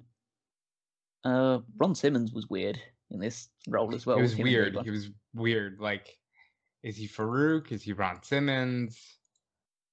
Yeah, Also underachiever to me, at least. I expected a little more from, like, well, it's hard because I was gonna say Kidman was an underachiever, but he also shined well. So it's hard. I think he's open to discussion. he was great in ring guy. He was very, very weak as a character. Yeah, I think that's fair. I'd also maybe even put Mark Henry in this category as well. It's hard because it's weird that Mark Henry didn't get good. I'd say good, obviously. It's again that's a harsh phrase, but he didn't get to that level until 2011. It's just like at this point in time, he looks like where are you going? Like, what is your place here? You're like the world's strongest man, but you lose most of your matches. Just don't know what they were doing with him. Well, that's what they do with strongmen. Like we saw with Big Show, and we saw it with. We're seeing it now with Braun. When they have nothing to do with the big guy, they just go with, "Oh, I'm big and imposing, so you should fear me," but not really. And I'm going to lose a bunch of matches. I think we also have to mention Bling Bling Bull Buchanan. I mean, did he underwhelm? Because really you expecting him to do any good, but it's like Right even guy, in his small role. Right guy, wrong time. Mm. Like, because he's good. He's got a lot of great moves, but wrong time. Oh, I also want to mention this on the overachiever side of things, because we did mention Matt Hardy. Shannon Moore. Oh yeah, he's very good. Yeah, he's excellent in the role. I just think, and I'd add obviously in the same bit with Jamie Noble, Nydia overachieved. I would argue that Crash Holly underachieved.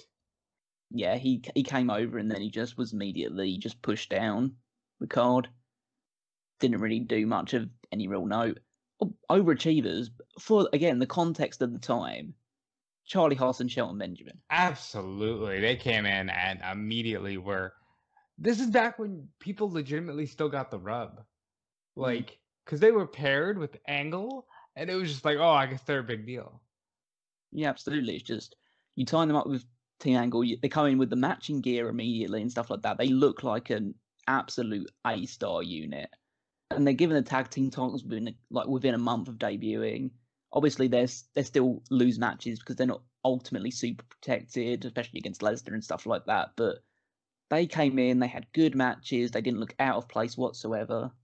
They were hanging with like the top guys. They were having repeat matches with Benoit and Edge and Lesnar and everyone else. They weren't just given a good opening start and then just put into the lower card to have feuds with, I don't know, like Billy Kidman and trying to think of another baby, like Tajiri as like a tag team or something like that. They were putting, okay, we're signing you up with Team Angle, signing you with Kurt Angle, and then you're basically just thrust in the main event from the outset. And they still thrived. I would say that's part of the art that's lost now. First of all, as much as we love NXT, I think it's becoming a detriment that nobody can show up on TV anymore without some sort of knowledge of who they are. Like, do you remember when, for example, like Carlito got vignettes and Carlito would just show up and, oh shit, he beat John Cena. Okay, he's a player now. Same thing with Team Angle. Back when you used to just have like these random debuts and they could become their own stars.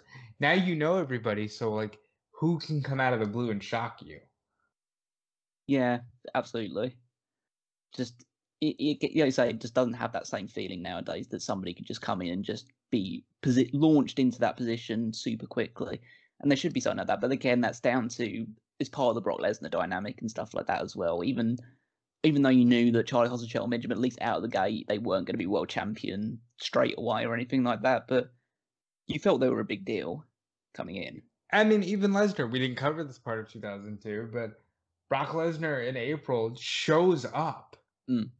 And, oh my God, he's a monster. Who is this guy? He's Brock Lesnar. We've got to get to know him.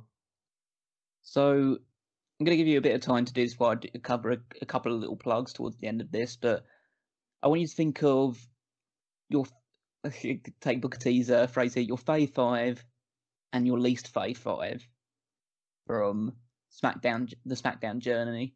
We'll just try and I've got some of mine listed here. They don't have to be in any particular order or anything like that. Just like superstars or people? It can be people. It could be anybody that you want to put into it. Any character, any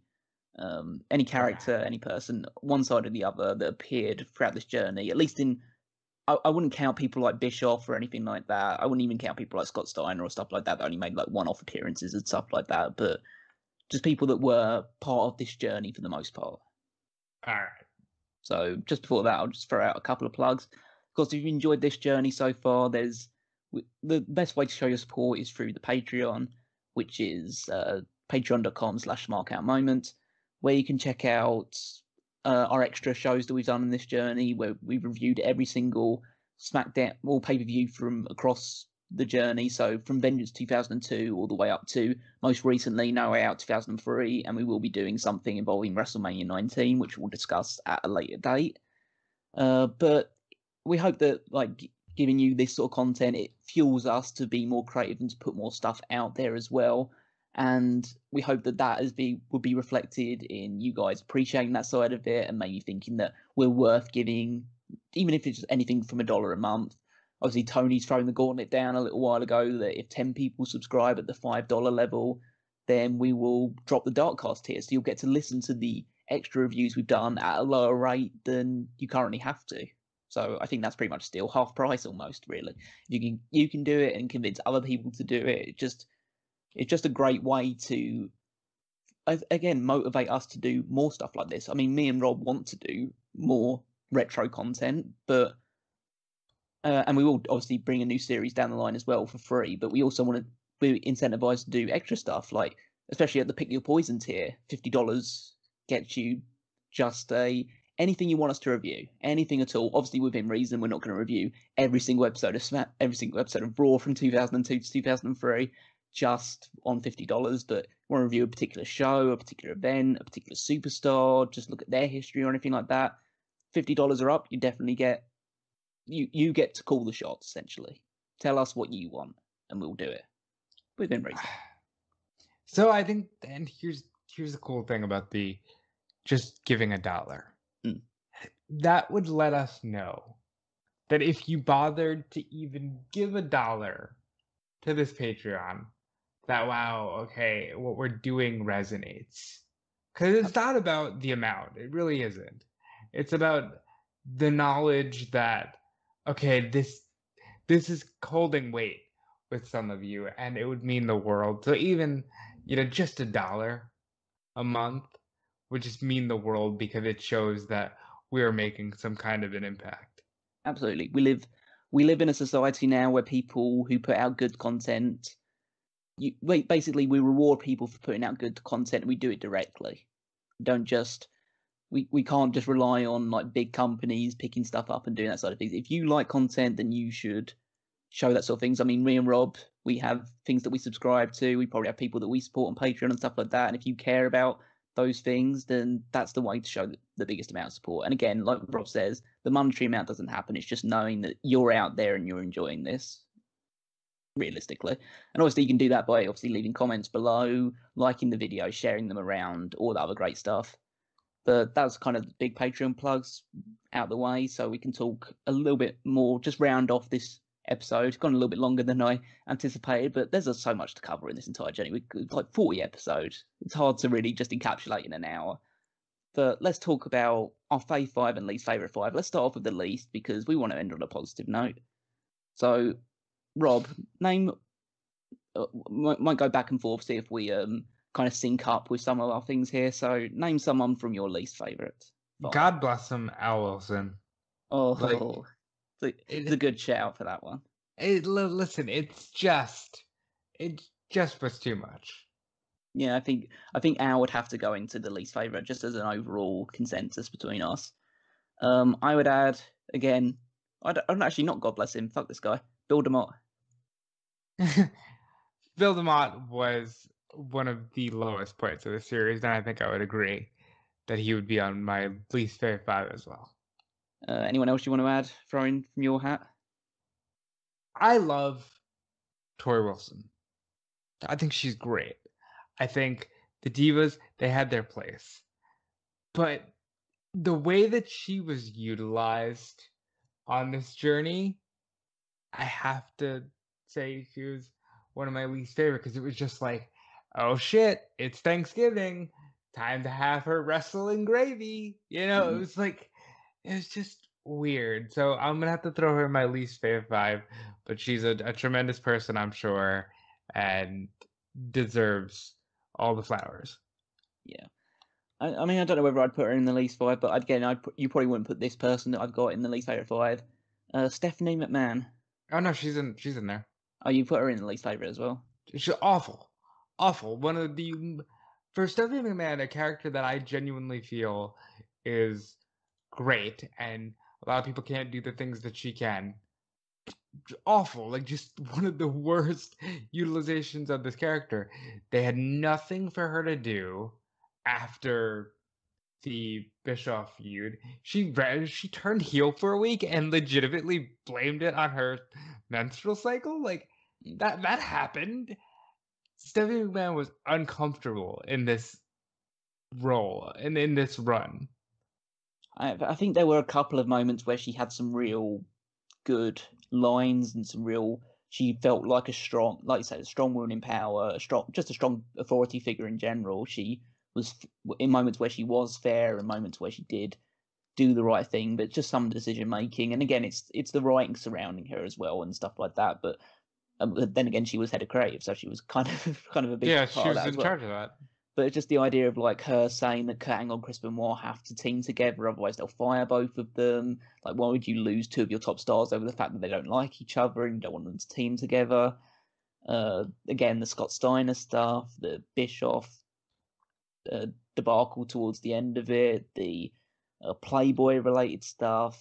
Oh yeah, she's gonna be in Playboy. Just kidding. Like the brief heel turn where she's going against Brock Lesnar or she's going like for Kurt Angle, or like when she's like either siding with the Big Show or she's trying to suspend Brock Lesnar but not suspend Brock Lesnar or bring him back for no reason or anything like that. Just like because she's the kind of the center point, she's the one that's supposed to be making sense of all the storylines that take place.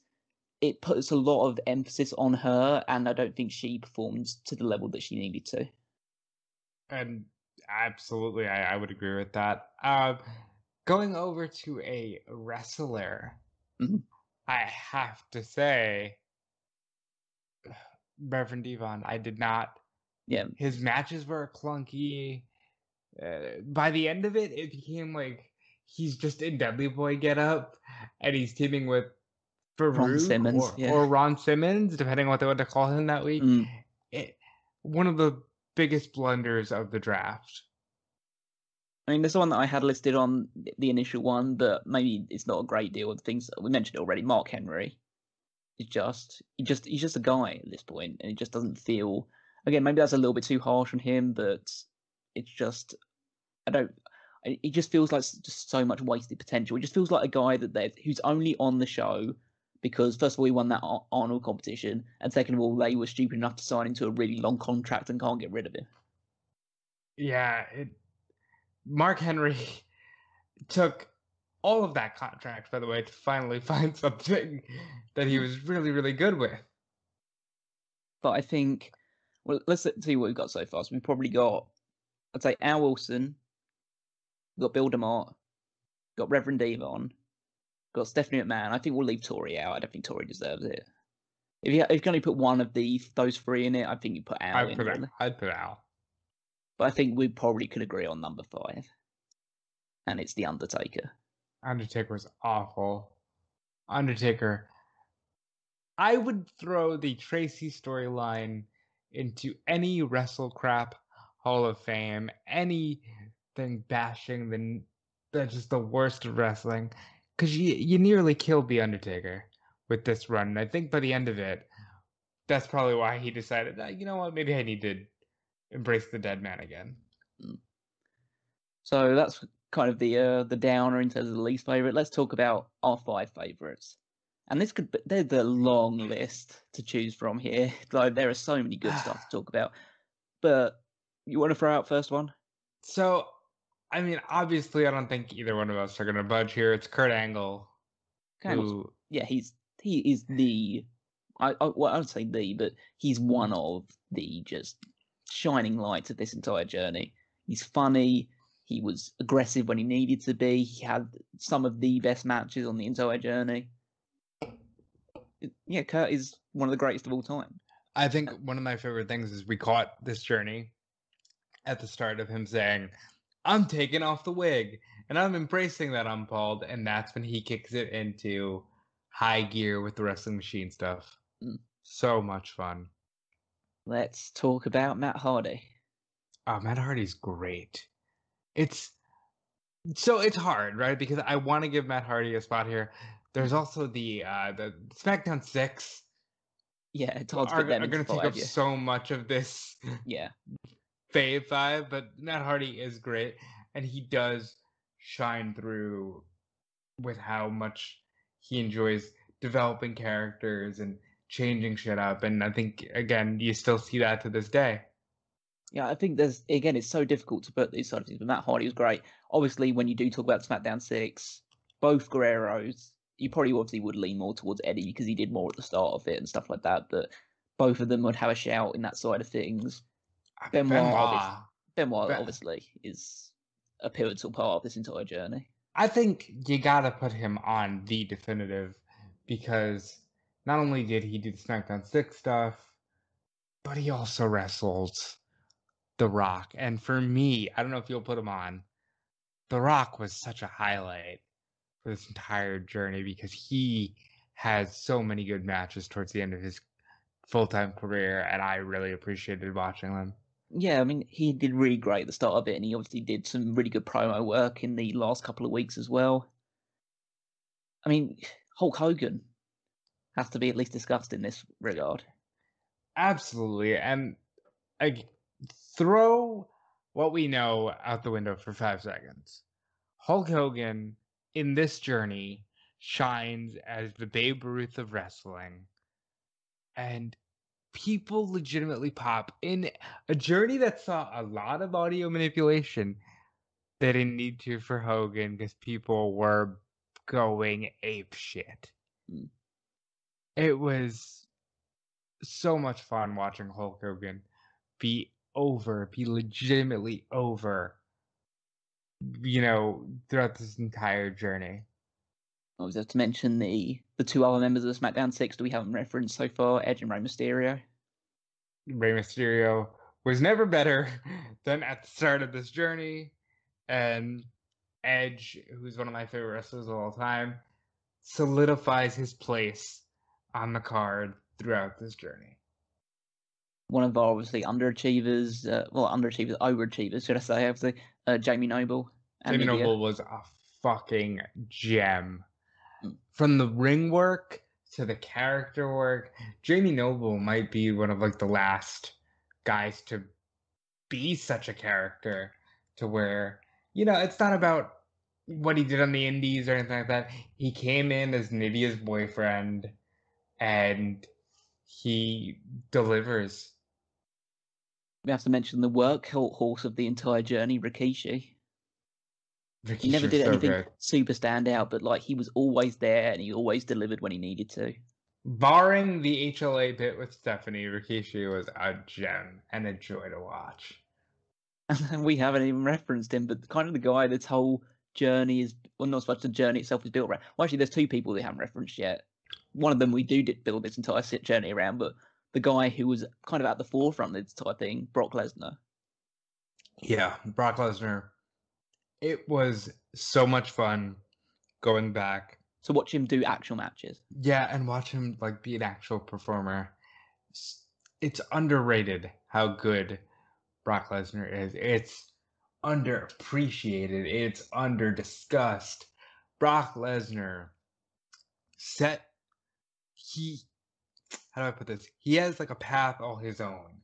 He comes in, and for 24 months, to the day,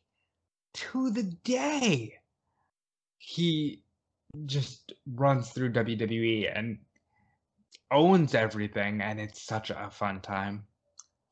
And then obviously the guy who this whole series is built around, Paul Heyman. Paul Heyman as a character, you forget how good and how animated he can be because we're so used to the advocate, wise, kind of cunning lawyer that he's become. You forget that he's just a good heel wrestling manager. And on top of that, he's creative. And yeah, there were flaws, and I pointed them out. But he also gave us so much to enjoy, and I respect the hell out of Paul Heyman. Yeah, so try and pick 5 out of that.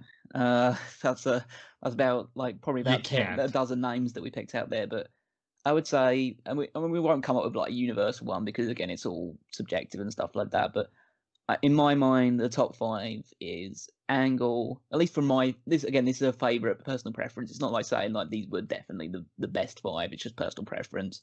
Kurt Angle, Brock Lesnar, Paul Heyman, Matt Hardy. And I would go out of the other choices. I mean, there's so many choices, but I would go Eddie. It's just because, and again, that's me going with Eddie because it's Eddie. But I think he was really intense. I love the stuff that he did early on with the Latino Heat stuff, and he's transitioning now into the Viva La Raza stuff. And he was erratic in matches and stuff like that, but I thought that was it's endearing almost. I love his promo work as well, but obviously I don't expect your 5 to be the same, but I imagine there will obviously be serious crossovers. I would say Brock Lesnar, Kurt Angle, Edge, Eddie Guerrero, and God, it's so hard. But I'm gonna say, because I didn't expect it, I'm gonna give that final nod to The Rock, just because he had such a fun start to this whole journey, and then at the end of it too, he comes back and kind of gives us some great character work. So credit very much to The Rock. No, yeah, I'm totally fine with that as well. I mean, I would say that the one that's kind of on standby for me is Hogan, just because he didn't do much in the ring, but when he was there, that he was the biggest deal. So it kind of feels like that. But yeah, this was again, it was a fun journey because we enjoy it's something that we've already appreciated as far as like I guess I'll ask like probably the most definitive question of this entire journey. Did going back in time to this again is a weird way of saying it, but did this ruin what you thought of this journey, what you thought of this period of history beforehand, or did it enhance it for you? Or somewhere in the middle? It's definitely somewhere in the middle. Because obviously, like when you were a kid, you don't like it doesn't register how seedy certain things are. But at the same time, you don't appreciate how much they got out of so little. So ultimately, I'm going to say it enhanced because it really showed how much is missing from today's product. And surprisingly, that answer is not just, oh, it's pissing a live crowd. No, like that. There are some just storyline elements that have just been lost to time. And I think that's a shame. No, I totally agree. I think that for me, it's very hard in the direction of enhancing the experience for me because over time I've come to appreciate. Obviously, there were things during this period which we were illogical or just flat out bad or seedy, as we've mentioned beforehand. But I feel like going back and watch this, especially with what wrestling is now, and I say wrestling, I mean WWE. As I say, I'm an unashamed AEW mark, and I won't say anything about it or anything like that. And love New Japan for the most part until they ruined it last year or stuff like that. But with WWE, it's just going back and watching this. It feels like I don't want to leave this. Like we did this originally just for nostalgia purposes. It was a period of history that we both adore, and we thought it would be a lot of fun. And it was funny enough, at the start of this journey, Paul Heyman was the head of Raw, and he left it before this journey even started airing. Yeah. That's how things change now in WWE. But it's just a case of you want to go back to feeling like you felt watching this, and I don't know what it's going to make. It hasn't made me hate the product more nowadays. Maybe it should, but I don't. But at the moment, I don't hate the product that's going out there. I'm completely ambivalent towards it. I think that's worse. No, it is worse. I really do. And like, it's gone past the point. Like maybe 3 or 4 years ago, I would have hated it, and I did used to say stuff on podcasts and stuff like that about how I hated stuff like that. And now I still sometimes try and do it, but it's more me trying to force an emotion out when I don't actually care, because what's the point of caring? I agree. Whereas you watch this one, and I got upset with like stupid bits of booking and things like that, but that's because I enjoyed so much of it that when I saw something that was bad, it made me annoyed, because like I know how good this can be, and I kind of wanted to, like, it felt like I was living it again, and I was living it from a completely different perspective, a perspective where I could appreciate the good and I could criticize the bad, and I could be like, it's often the case like I wish wrestling was like this because it was better. I wish wrestling was like this because I would be invested in it. Like, yeah, and even if it was like a lot of it was bad, there were some really bad episodes on this journey. Like, there was some stuff that I just really didn't want to watch, but it made me feel like I cared about commenting about it. I cared about critiquing it. Like, I felt like if I would critique it, or obviously I wouldn't feel like I was influencing the decisions being changed and stuff like that, but I feel like I'd be invested in, like, are they going to fix that the next episode, or is it going to go in a different direction or something like that?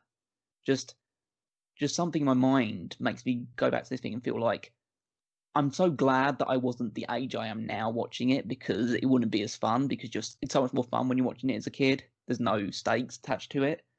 But I also feel like I wish I was this age watching a product which is similar to that now. It's really weird analogy and stuff like that, but it's just... I do wonder a lot about the state of WWE if I was younger, you know? And would you love The Fiend and stuff like that? Like, would I think like, oh, so much of this stuff is so great because look at how good the ring work is? Or if it's just, look, they're not producing stars. And I'm going to go back to what I said, because this journey really does point it out. You don't book things for the sake of booking them. When WWE back then booked Edge and Eddie Guerrero in a street fight, it was legitimately the end of a rivalry that had been going on for 2 months. And they didn't say, oh, the rivalry's over, but since they're in these tag feuds, here's Edge versus Eddie Guerrero another 7 times on TV. No, they never fought again in a singles match. It's really weird on this journey if you ever saw a match which had no like story attached to it, and maybe the match itself in its own like little bubble doesn't have a story attached to it, but one of the wrestlers is involved in a story or involved in a rivalry that connects to it in some way, some form or fashion. Like, there was always some sort of narrative going on. You wouldn't just see, oh, let's just throw on, I don't know. I mean, to be fair, like, you do see things like, I don't know, from the most recent episode of Raw or something like that, where you got like Xavier Woods against Shelton Benjamin. I guess that's quite unquote leading onto a tag team title match, so I guess that's part of it. But it feels just so, okay, we got this week, let's put this match on. And it's like, what can you say? It's just so frustrating and deflating, and it makes this era go, wow, they were able to book rivalries and feuds that didn't overstay their welcome. Like, I would argue maybe the Don Murray and Tori Wilson stuff did. Oh yeah. But that's also because at the end of the day, you have to get, women on the card, and they were the 2 women on SmackDown. Listen, there were things that weren't perfect on this film. We've already mentioned some stuff that we didn't like throughout it, and I would even go so far saying that they overdid the Kurt Angle Chris Benoit stuff. They shouldn't have had as many matches as they did, but there's a difference when you have Kurt Angle versus Chris Benoit, is that certain people will just watch their matches day in, day out and not feel any issue with it whatsoever. But it's just a case of, you can overdo things. You can give us too much of a good thing. But Right. I think for the most part, they managed to use what roster they had. And let's put it this way, they had a smaller roster then than they do now. And yet it feels like they're using more of it. And they're making the most of all of it a bit more in this period of time than they would be nowadays. Because again, I think that there was a focus on maximizing, and getting the most out of what you have rather than having a lot and just, oh well, it's great because look at how much there is. It's quality versus quantity, and this definitely provides quality over quantity. And let's put it this way.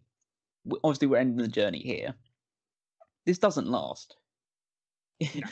It doesn't last. I would say within a year, 2 years, like SmackDown's considered. It's still a lot better than it is nowadays, but it gets considerably worse year on year. I would agree with that. In 2003, it's underlined with the angle, Lesnar, Big Show stuff. You get to see a bit more of this is where the rise of John Cena kind of starts in earnest. Because even though we've seen him now, that still has the formative stages. This is when Cena becomes a big deal. You get to see, but then in 2004, you have Eddie on top, and obviously I loved Eddie Guerrero. Happy that he was WWE champion, but that's when ratings start to go down. Then you put JBL in, and they start to absolutely plummet. You have the Undertaker back, but that's they don't run with them.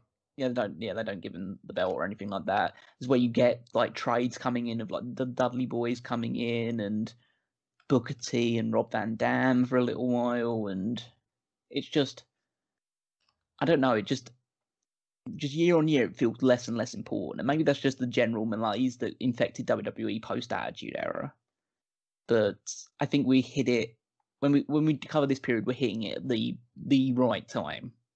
This is the time to be watching SmackDown. Now, I want to put this out there. I'm not suggesting that this is the journey that we should take. Mm-hmm. But do you think that it's gotten so bad right now that we can look back at, let's say, if we just did a one-shot thing, we just cover the whole Nexus angle, would it look better, that comparison to today's product? I mean, it's hard to look worse. I feel like I would still find that worse because it's just so much wasted potential in one thing.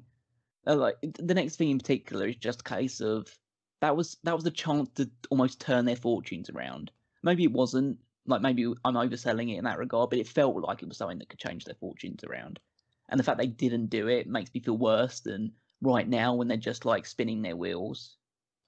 It's just they actually had something then, and then they decided to purposely sabotage it almost, rather than we got no plans, but we're just going to keep doing this for the time being. Obviously, that's infuriating because you just start becoming very apathetic towards things. But I'd rather that than just looking at an angle which could have been so much money and so brilliant for everyone involved, and just they threw it away. That's more infuriating to me than the other way around.